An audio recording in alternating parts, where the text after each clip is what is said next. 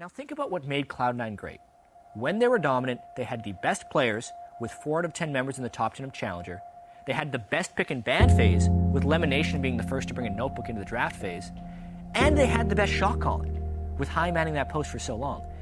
They were the best at everything. Now, what is Cloud9's edge? Sneaky's the only team member still in the top 20 on the ladder. Their early laning is average, Meteor stepped down as their jungler, coaching across the LCS has leveled up, and Cloud9's own pick and ban phase has been called into question. Plus, Cloud9's legendary team cohesion, it's all but vanished. Everything that set Cloud9 apart from the competition has either disappeared or been equalized by the rest of the league.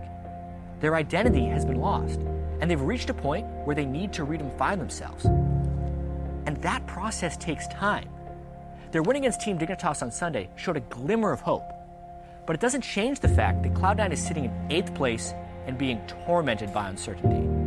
Because right now, only one thing is support. So that's actually a nice mini win there for Westorn, as Flash is only 2 minutes off from coming back again. You talk about jungle support. Level There 6 we go. Thrill of the hunt. The stun connects. This will be first blood to Westorn's Fizz. We do see that wave clear being so useful. Westorn, wow, he's decided to go aggressive. Balls is being caught out. Chum the Waters go. Looks like they're going to try to dive balls here. Balls underneath the turret. Zitai Kakao coming in. He's in a lot of trouble. Gets the Q off onto Zitai, but there's a Meganar right away. Stuns come through and Balls has no chance. First blood goes to Any Zitai. meaningful area of life, like any area of life. You won't make it as a parent, you won't make it as a friend, you won't make it as like a leader, you won't make it as a good employee, you won't make it as a good employer. You will always face failure in life. It's not just about how you succeed, it's about how you fail. When you fail, you've got to be able to look at what you did and go, why did I fail? And not just go, oh, it sucks that I failed, I wish I didn't have this bad feeling, and I wish it was better, and I wish things had done, and I wish people didn't criticize me for... No, forget all that, put all that out there. Ask why you failed. And if you look at why you failed, and if you're honest with yourself, in almost every scenario you fail, even if it wasn't entirely your fault, you can always find some things you could do differently, or some areas you want to improve upon, which would maybe take away some of the other external issues that are making you fail.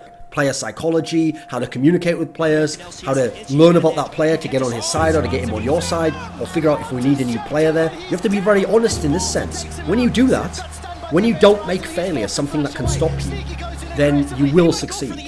Now that sounds like a crazy statement, right? Because success is limited, especially in areas like this. No, because that's the whole point. But you'll be able to, at the end of your time, if you've continued to improve, you continue to reflect on your own problems, work on them, do your best, take on criticism, take away the negative, the stinging vitriol of it, and try to find the real quality directions, the pointers in the areas you do have problems. If you work on them and you improve, you will have succeeded, because you yourself will know, I improved, I did my best, I really did give it my all. That is success. To not give up from failure, to honestly know yourself, to improve upon your weaknesses, to build on your strengths. That is success, regardless of what the fucking medal that does or doesn't get handed to you, or the compliment that does or doesn't get given to you. Doesn't matter. That is success in its most pure core.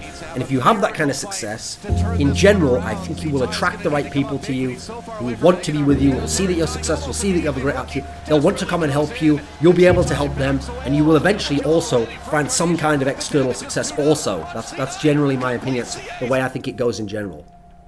As long as you're willing to pay the price, which means to look at yourself, to look at the failure unflinchingly, to not turn away, to not say some bullshit excuse of, oh, this player did that and that, to just look at it dead on and realize where you have failed, you have abjectly been incapable of taking a great toolkit, which maybe someone else could have succeeded with, we can't know, and you weren't able to do it. You have to look at yourself, figure out what that is, and if you have the opportunity, if you still want to do it, you have to improve and you have to come back. And you have to make this failure the reason you succeed next time.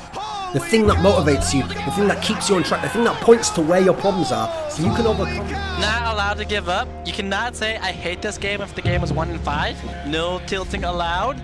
I got you guys' back.